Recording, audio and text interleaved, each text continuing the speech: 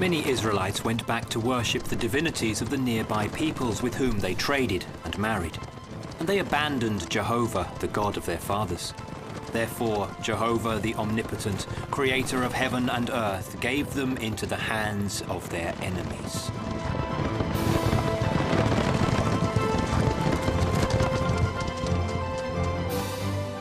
Forward in the name of Baal! In the name of Baal, let's go!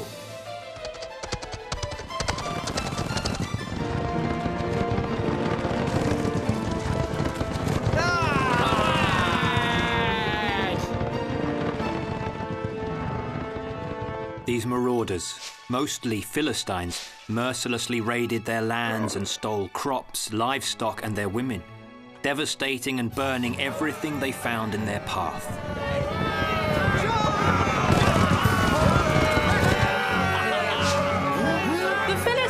The Philistines are returning! Run!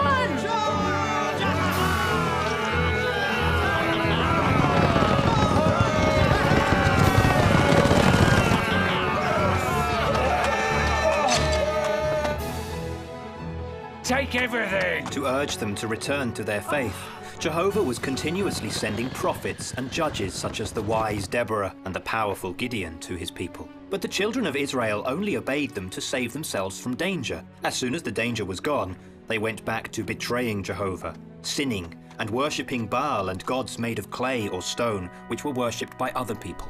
What will we do now? This is the hand of Jehovah. He is the one punishing his people.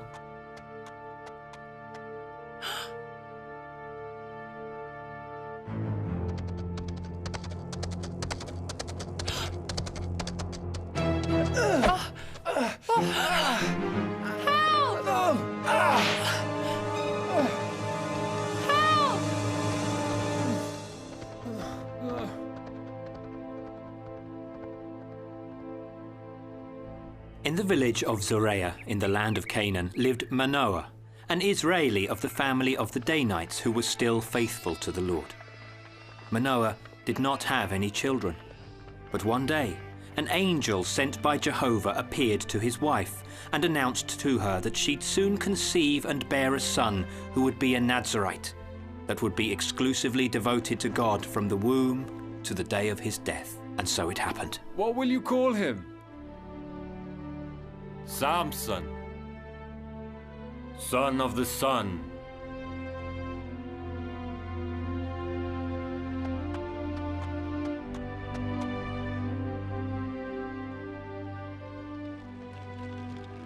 Great God of the Philistines, help your people! Great God of the Philistines, help your people! The baby grew, day after day, year after year. His hair was sleek, with 12 locks as a mark of his consecration to God. According to tradition, it should never be cut.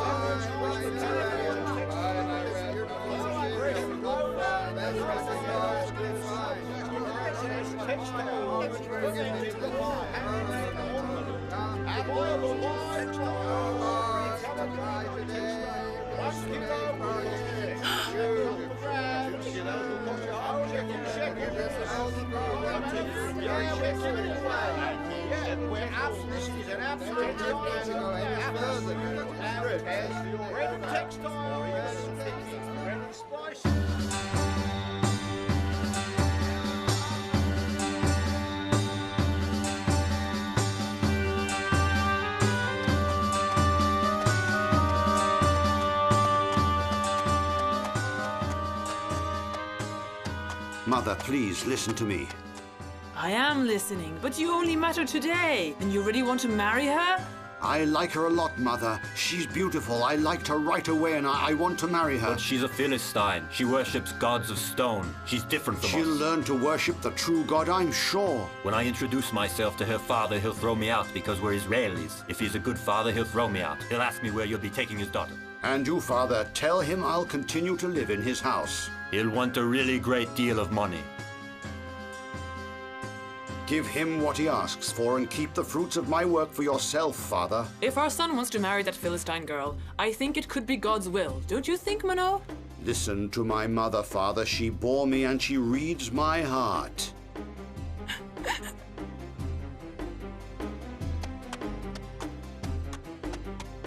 We love you very much, Samson. We'll both go with you now to the village of the girl's father. I bless you, Father.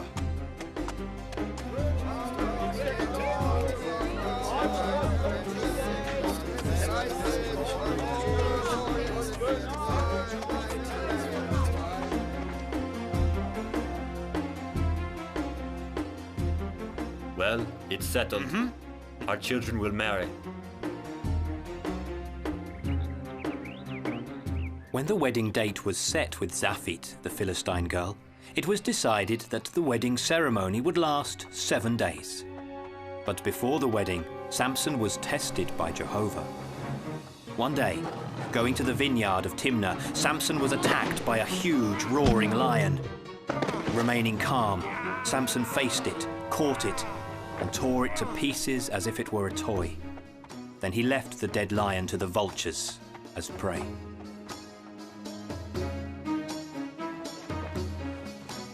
Sometime later, Samson passed by the same way, and he wanted to see what had happened to the body of the lion.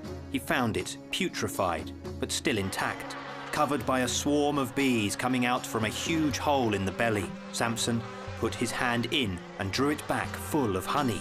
He ate the honey on his return home.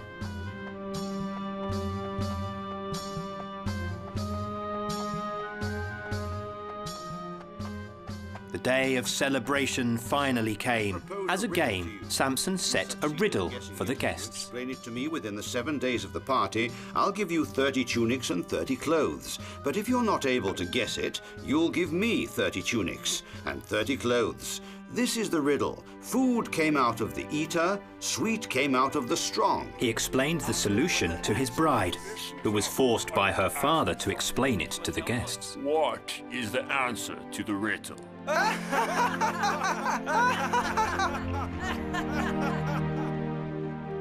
And so I revealed the solution. When Samson found out that his bride had disclosed to the Philistines the solution of the riddle, he became very angry. No!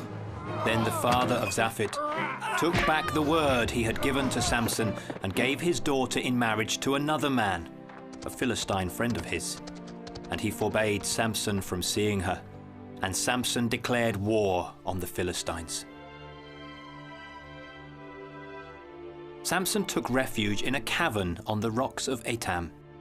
One day, while he was standing and looking at a wide wheat field, he thought about which way he could take revenge on the hated Philistines, and everything became clear to him. He went back into the cavern where he had locked up 300 jackals. He captured, and he took one of them. Now the Philistines will know of what Samson is capable of. He tied a little sheaf of dry straw to the tail of the jackal.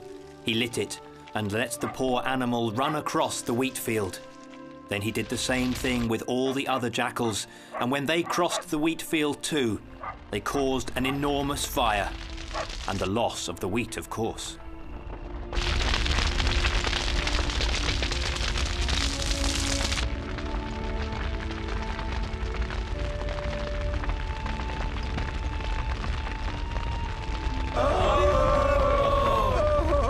This is Samson's work. What will the Philistines do to us now? To us? Samson, we are forced to deliver you to the Philistines, otherwise they'll kill us all. You must come with us. Samson offered his hands and obeyed as they were tied together. Then he was fastened with 20 ropes around his body as though he were a wild beast.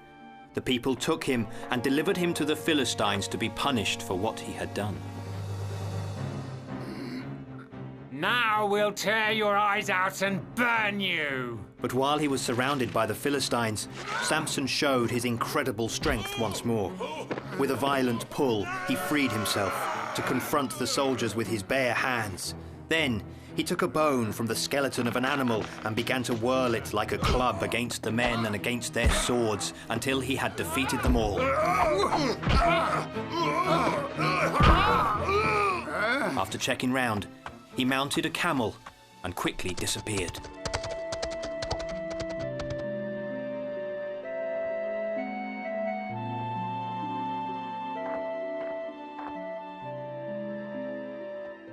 For the people of Israel, Samson became a hero, since he was able to single-handedly defeat the Philistines. He became a legend in the villages and cities inhabited by the people of Israel. Samson is a hero. He defeated all the Philistines by himself. And Samson became a legend to the Hebrew people. For over 20 years, he was a judge in Israel, and the people turned to him when they needed protection and justice. And for over 20 years, no one was ever able to defeat him. After wandering from one place to another, finally Samson arrived in the city of Gaza, but the Philistines were waiting for him, and that same night they closed the city gates to trap him and to take their revenge. At about midnight, Samson went towards the gate to get out, and he realized then the trap the Philistines had set. With the enormous strength of his bare hands, he tore down the gate and escaped their revenge once more.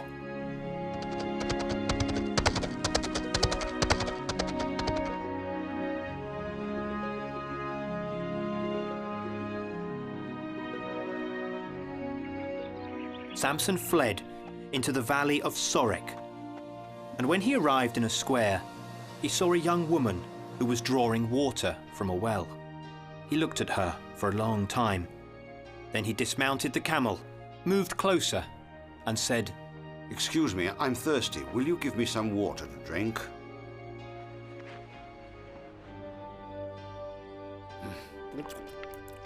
Who are you?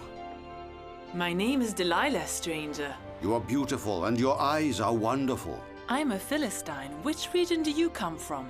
If you want, you may come into my house. I am an Israeli and I'm faithful to my God. Come with me. I'll take you to my father. Delilah took Samson into her father's home to refresh and to feed him. Samson, enchanted by her, fell in love with her to the extent that he stayed for some time in her home. And then, one day,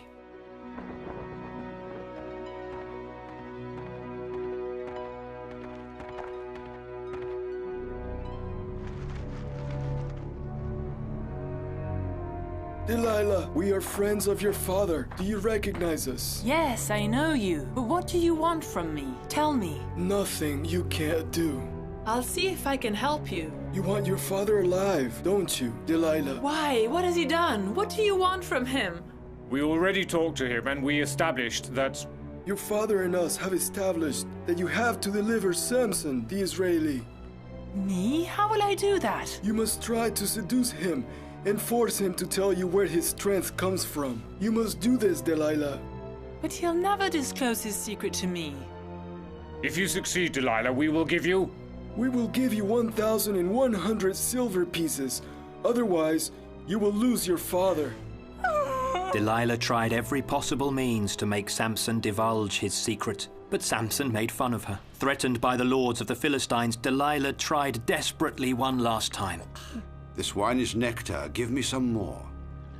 You live in my house, drink my father's wine, sleep under his roof, and have your way with me. But your heart is cold. Why do you talk to me like that? What have I done? You don't trust me, Samson, and you don't love me. Your curiosity is annoying, Delilah. And you jealously protect your secrets like a child. My strength is all here, Delilah. It's all in my hair. When I was born, I was consecrated to the God of Israel, and my parents promised that my hair would never be shaven. It's a gift of your God, then. The generous wine and Delilah's tenderness made Samson fall asleep. But the Philistines were hidden there, ready to go into action at a sign from Delilah to take Samson and put him in chains.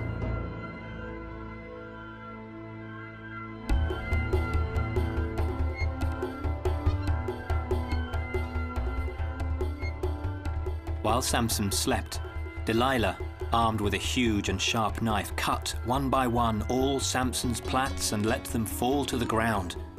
Then she showed herself at her front door and called for the Philistines, who ran up in great number.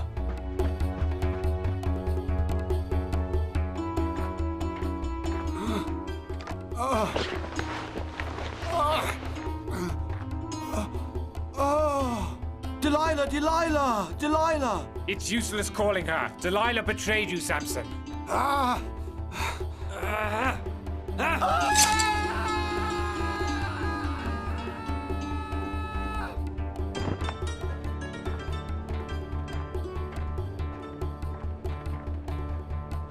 There's no need to beat him up. We blinded him. Now we'll take him to Gaza. He'll push the lever of the well for the rest of his life. Look at him for the last time. This was the strongest of the Israelites. The Philistines took Samson to the city of Gaza and shut him in a prison. The prison of Gaza was a fortress in the center of the city. It was protected by high walls and by an enormous iron gate. Inside it, there was a courtyard with a big millstone. Samson was chained to it and forced to make it turn. The people of the city had become curious because of the fame that preceded Samson's arrival, so they gathered there in great number at the gate and commented upon him. Did you see what they did to him? He was the strongest man in the world, and a woman was enough to reduce him to this? Now Samson had an enormous trouble turning that millstone, because working animals were used to do it generally. Even the last donkey that had been freed from that tough work seemed to like making fun of him. At sunset, after another day of that extremely tough work, Samson was unchained and taken to a wretched cell where he spent his nights.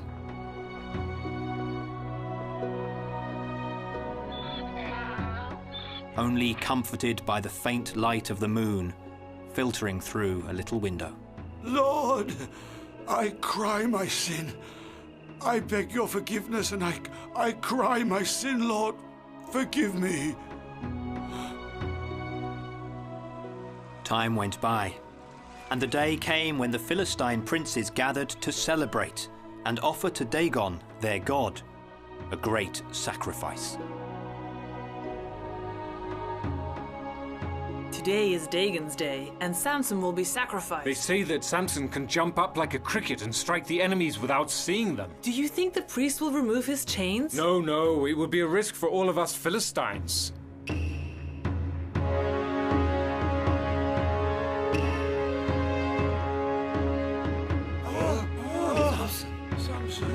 Samson.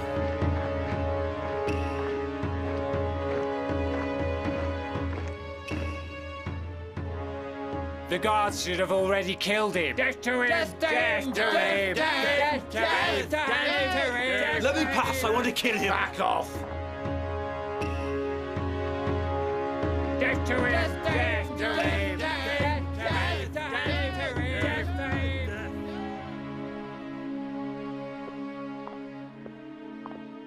Go in. The god is waiting for you. Don't make him wait, Samson. What's the name of this god?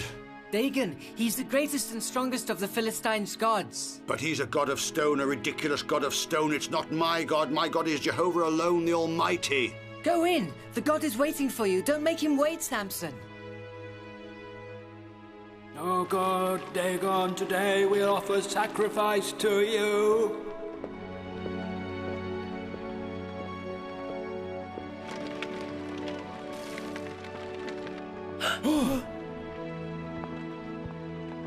Oh Almighty God Dagon send us your protection? Samson! Do you recognize my voice, Samson? Delilah, yours is the voice of sin and betrayal. Then you recognize me, Samson. You still remember me. I'm no longer afraid of you. Today is your turn to be afraid, because you will be sacrificed to our God. Don't exult in your victory, Delilah. Look at my hand!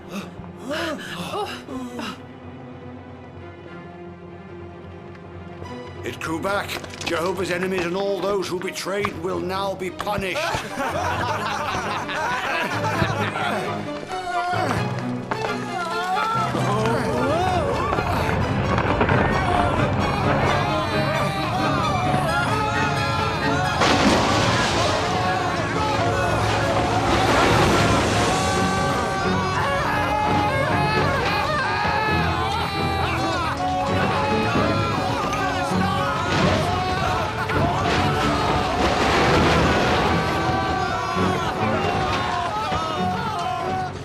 Helped by the Lord, who gave him back his terrible strength, Samson took great revenge on all the Philistine princes and people that were inside and outdoors of the temple, because the number of Philistines that died beneath the wreckage was greater than the number of those that Samson had killed during his whole life. His brothers and all those in the house of his father set out from their land to take Samson's lifeless body and bring it home with them.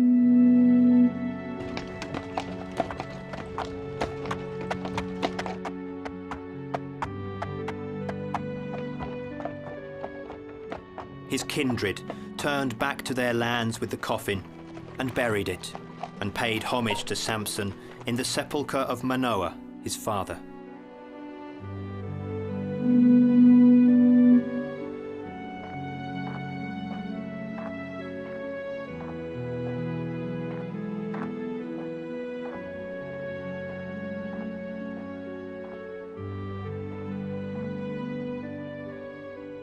In his youth, Samson had been a judge in Israel for 20 years.